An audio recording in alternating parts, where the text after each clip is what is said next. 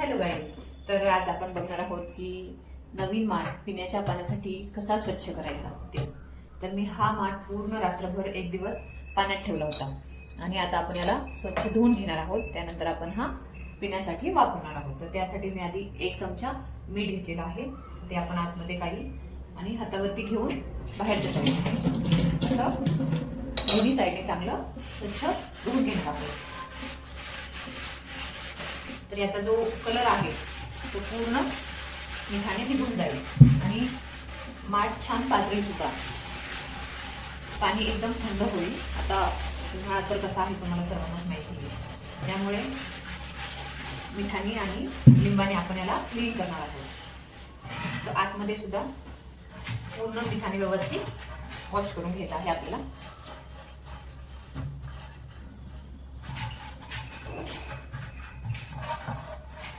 त्यानंतर मीठ सगळीकडे मी लावलेलं आहे. आता आपण याला एकदा धुवून घेऊया.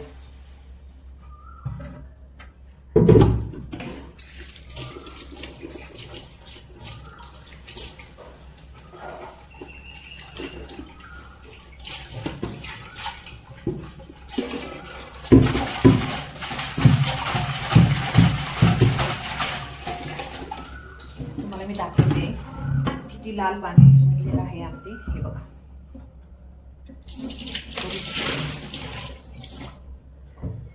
आता आपण याला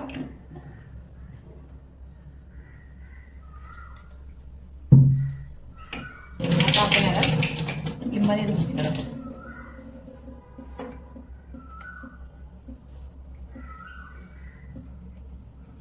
आणि त्यानंतर पुन्हा एकदा चांगलं धुवून घेणार आहोत.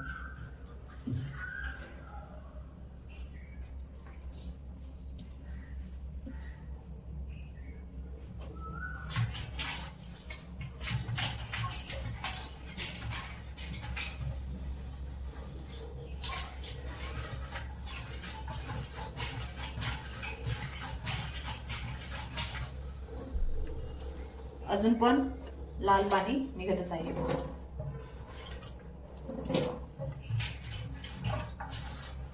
त्यामुळं एकदम चांगला स्वच्छ धुवून घ्यायचा आपल्याला हा.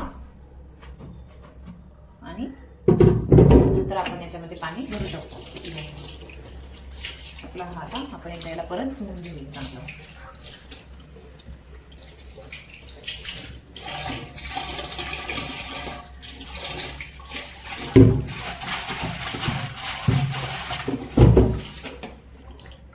तर आता माठ हा आपला रेडी आहे पिण्याच्या पाण्यासाठी.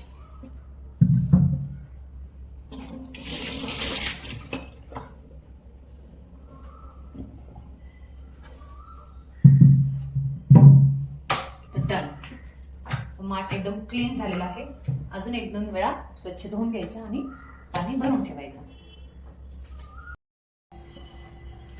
Hello guys. तर मी हे भांड काल कुंभारवाड्यातून आणलेलं आहे भाजी बनवण्यासाठी. पण आता हे स्वच्छ कसं करायचं, भाजीसाठी आपण याला तयार कसं करणार, तर हे आपण आता क्लीन करून घेऊया. तर मी याला काल रात्रभर पाण्यात भिजत ठेवलं होतं. तर आता मी याला मिठाने स्वच्छ धुणार आहे. मीठ घालायचं यामध्ये आणि स्वच्छ धुवून घ्यायचं. तर याला कुठलीही घासणी वापरायची नाही, नॉर्मल घासणी वापरायची, डावीची घासणी वापरायची नाही अशी. तर आपण याला साबणही वापरायची नाही, कुठलं लिक्विड वापरायचं नाही. आपण आता हे मिठाने स्वच्छ धुवून घेऊया अगोदर.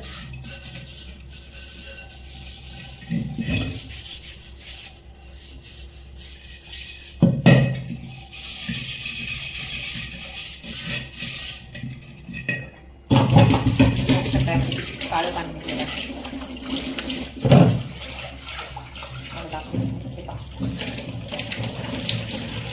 खूप काळं पाणी निघलेलं आहे.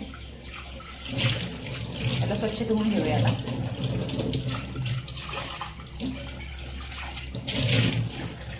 आणि त्यानंतर लिंबू. तर लिंबाने आपण याला स्वच्छ एकदा धुवून घेऊया.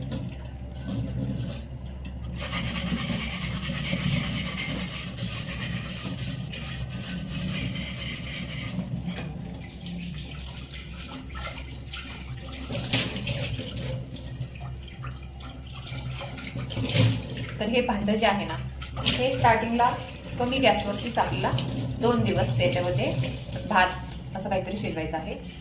त्यानंतर 2 दिवस मध्यम गॅसवरती आणि त्यानंतर फुल गॅसवरती. डायरेक्ट याला फुल गॅसवरती वापरू नका, नाहीतर हे लगेच फुटेल. आता मी यात थोडंसं पाणी घेतलेलं आहे, हे गॅसवरती ठेवणार. याला उकळी आल्याच्या नंतर यामध्ये थोडेसे तांदूळ शिजायला घालणार.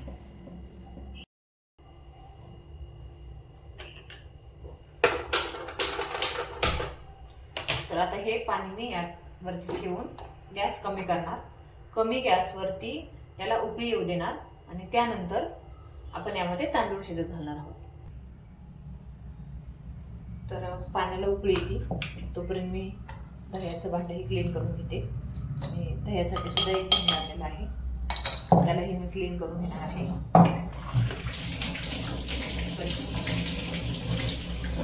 त्याच प्रकारे मी याला पण क्लीन करणार आहे. थोडंसं मीठ आणि लिंबू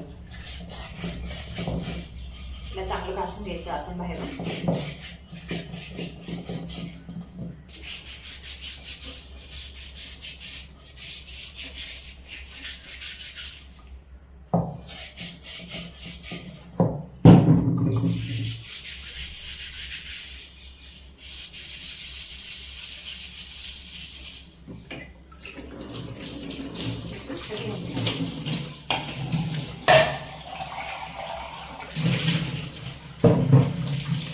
त्यानंतर लिंबाने वॉश करून घेणार आहे.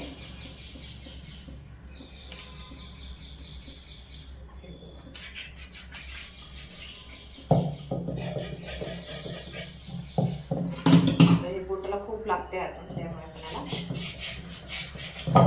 घासून घासूया.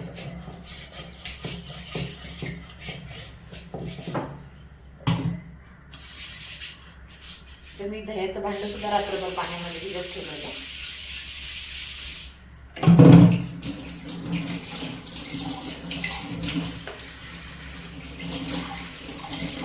त्याला स्वच्छ करून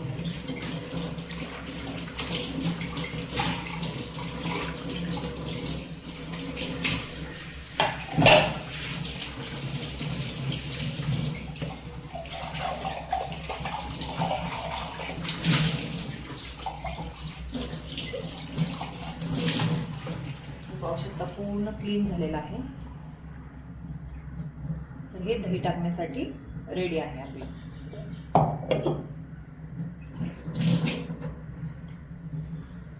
तोपर्यंत इकडे पाण्याला उकळी येईल, त्यानंतर आपण यामध्ये तांदूळ टाकणार आहोत. तर आता मी यात तांदूळ घालणार आहे आणि याला एक 15 ते 20 मिनिटं शिजू देणार आहे. एकदा हा तांदूळ आपण चांगला शिजून घेतला की त्यानंतर आपण याला ह्या भांड्याला आपण यूज करू शकतो डेली. पण लक्षात ठेवा, 2 दिवस कमी गॅसवरती, 2 दिवस मध्यम गॅसवरती आणि 2 दिवस फुल गॅसवरती. त्यानंतर आपलं भांडं तयार आहे रोज भाजी बनवण्यासाठी. थँक्यू.